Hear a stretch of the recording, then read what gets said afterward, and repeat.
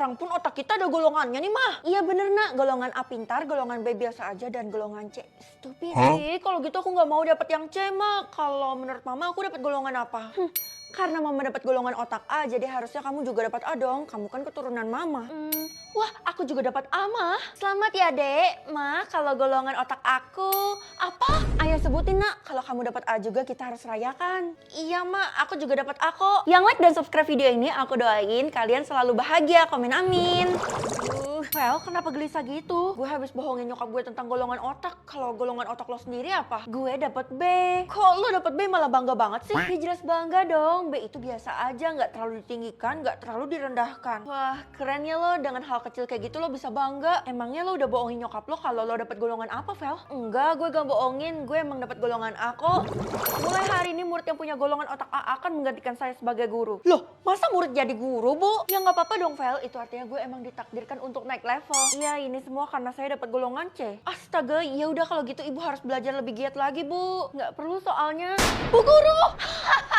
Itu artinya kalian harus mematuhi saya karena sekarang saya adalah guru kalian. Waduh, gawat, bisa diadain ujian tiap hari nih. Hey, ide lo bagus juga, Vel. Ih, lo gimana sih, Vel? Malah ngasih ide ke Tiara. Kita kan nggak bisa apa-apa karena kita bukan golongan A. Selain Tiara, siapa lagi yang dapat golongan otak A? Nggak ada, cuma dia sendiri. Kak, gawat, Kak. Kakak udah dapat golongan otak C ya? Itu artinya kakak bohongin mama dan sekarang dia murka, Kak. Apa kamu bilang? Itu artinya? Iya, kalau kakak pulang nanti bisa-bisa kakak digeprek pakai hanger baju atau dilempar pakai sapu, Kak. Waduh, kalau gitu kakak nggak mau pulang, Dede. Satu-satunya cara kakak harus memenuhi ekspektasinya mama. Mama pasti berharap kakak dapat golongan A ya. Dan kakak juga pengen sih dapat golongan A supaya bisa menggantikan Tiara jadi guru. Aku punya solusi, Kak. Kakak datang aja ke alamat ini, nanti dia bakal kasih tahu cara selanjutnya, Kak. Hah?